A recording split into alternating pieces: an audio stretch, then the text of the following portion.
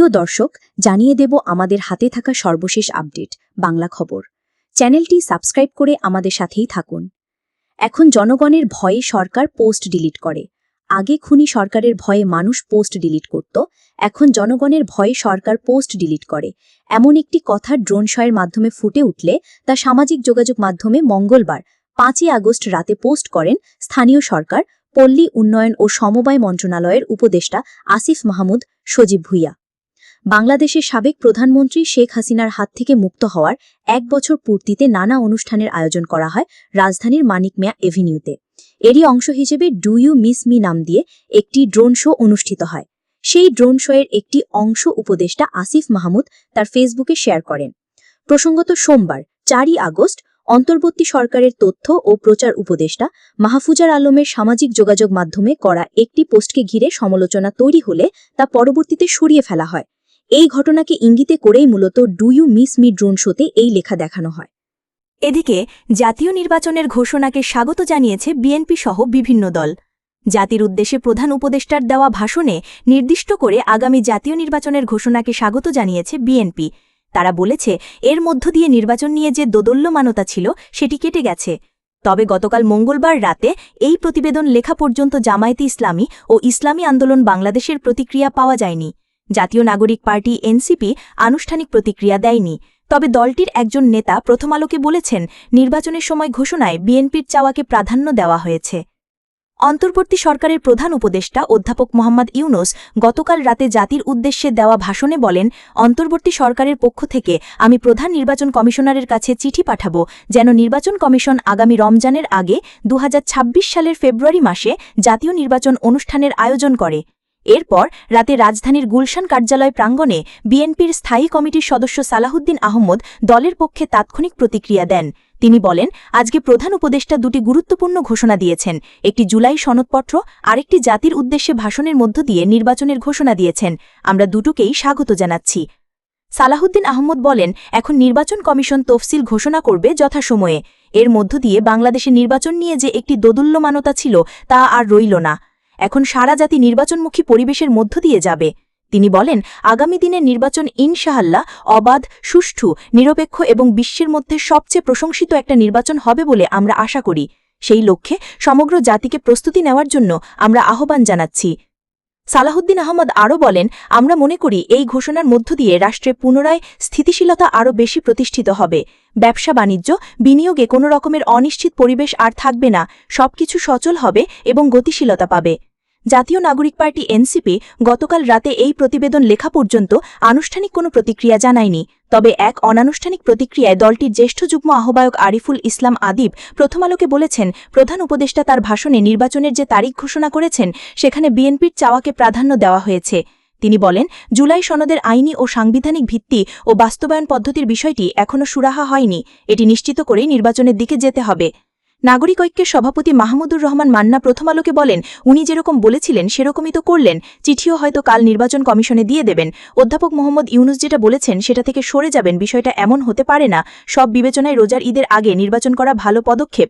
পবিত্র রমজানের আগে ফেব্রুয়ারি মাসে নির্বাচনের ঘোষণাকে স্বাগত জানিয়েছে এবি পার্টি। সুষ্ঠু নির্বাচনের পরিবেশ তৈরির পাশাপাশি দৃশ্যমান বিচার ও জুলাই সনদের ভিত্তিতে নির্বাচনের দাবি জানিয়েছে দলটি। নির্বাচনের সময় ঘোষণাকে স্বাগত জানিয়েছে গণসংহতি আন্দোলন। দলটি বিচার, সংস্কার, জনজীবনের নিরাপত্তা ও নির্বাচনের পরিবেশ তৈরির দিকে জোর দেওয়ার আহ্বান জানিয়েছে। দলটির প্রধান সমন্বয়কারী জোনায়েদ শাকি ও এক্সিকিউটিভ কোঅর্ডিনেটর আবুল হাসান রুবেল এক বিবৃতিতে বলেন, বাংলাদেশের গণতান্ত্রিক উত্তরণের জন্য জাতীয় নির্বাচন অত্যাবশ্যক।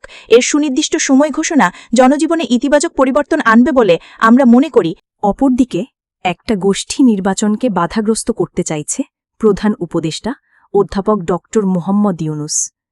মঙ্গলবার 5 আগস্ট রাত 8:20 জাতির উদ্দেশ্যে দেওয়া ভাষণে এই কথা জানান তিনি বলেন, অন্তর্বর্তী সরকারের পক্ষ থেকে আমি প্রধান নির্বাচন কমিশনারের কাছে চিঠি পাঠাব যেন নির্বাচন কমিশন আগামী রমজানের আগে 2026 সালের ফেব্রুয়ারি মাসে জাতীয় নির্বাচন অনুষ্ঠানের আয়োজন করেন। তিনি আরও বলেন, আপনারা সকলেই দোয়া করবেন যেন সুন্দরভাবে নির্বাচন অনুষ্ঠান করে এই দেশের সকল নাগরিক একটি নতুন বাংলাদেশ গড়ার কাজে সফলভাবে এগিয়ে যেতে পারে। আমরা সরকারের পক্ষ থেকে এই নির্বাচন যাতে সুষ্ঠু, শান্তিপূর্ণ এবং উৎসব মুখরভাবে সম্পূর্ণ করা যায় সেজন্য সকল প্রকার সাহায্য সহযোগিতা প্রদান করব।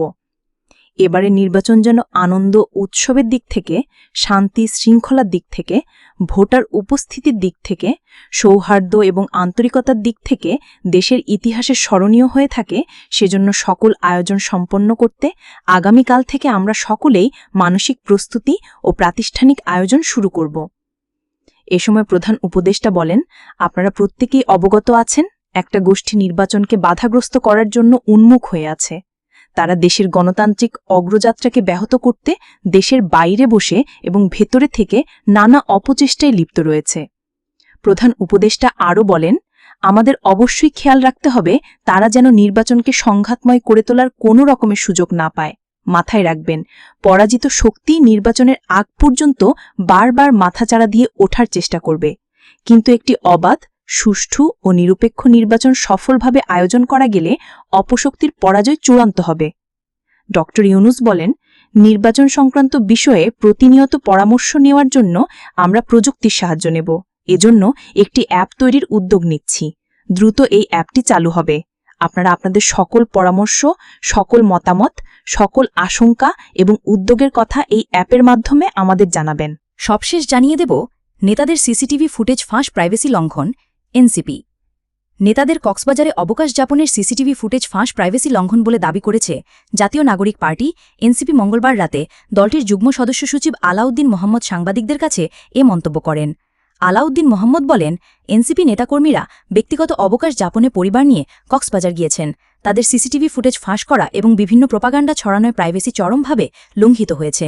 দলটির এ নেতা আরও বলেন, জুলাই ঘোষণাপত্র নিয়ে এনসিপি সন্তুষ্ট। ঘোষণার প্রতিফলন জুলাই সনদে দেখতে চাই। মঙ্গলবার দিনভর আলোচনায় ছিল এনসিপির শীর্ষ ৫ নেতার হঠাৎ কক্সবাজার ভ্রমণ। কক্সবাজার শহর থেকে প্রায় ৪০ কিলোমিটার দূরে ইনানীতে hotel royal tulip sea pearl তাদের অবস্থানের বিষয়টি নিশ্চিত করা গেছে। গণ অভ্যুত্থানের বর্ষপূর্তির দিনে হঠাৎ কক্সবাজারে সার্জিস হাসনাত সহ এনসিপির ৫ নেতাগণ। গণ অভ্যুত্থানের বর্ষপূর্তির দিনে হঠাৎ কক্সবাজারে সার্জিস হাসনাত সহ এনসিপির ৫ নেতা তাদের কক্সবাজারে আসার তথ্য নিশ্চিত করেছেন জেলা পুলিশের মুখপত্র অতিরিক্ত police super traffic Mohammad Jasimuddin Chowdhury. জানা যায়, মঙ্গলবার বেলা 11:30টায় বাংলাদেশ বিমানের একটি ফ্লাইটে এনসিপির এই ৫ নেতা কক্সবাজার আসেন। তারা ভিআইপি লাউঞ্জ ব্যবহার না করে সাধারণ যাত্রীদের গেট দিয়ে বের হয়ে চলে যান। বিমানবন্দরে নিরাপত্তায় নিয়োজিত এক নিরাপত্তা কর্মকর্তা নাম প্রকাশ না করার শর্তে বিষয়টি জানিয়েছেন। তারা হলেন হাসনাত আবদুল্লাহ, সার্জি সালাম, নাসিরুদ্দিন পাটোয়ারি, তাসনিম জারা ও খালেদ সাইফুল্লাহ। ওই নিরাপত্তা কর্মকর্তা জানিয়েছেন, বেলা 12টার পর সবাই ইনানীর রয়্যাল টিউলিপ সি পার্লে অবস্থান করেন তারা। যতটুকু জানা গেছে, বেড়ানোর উদ্দেশ্যে তারা কক্সবাজার এসেছেন। বিষয়টি জানাজানি হওয়ার পর উখিয়া বিএনপি নেতাকর্মীরা সিপার্লের বাইরে অবস্থান করেন।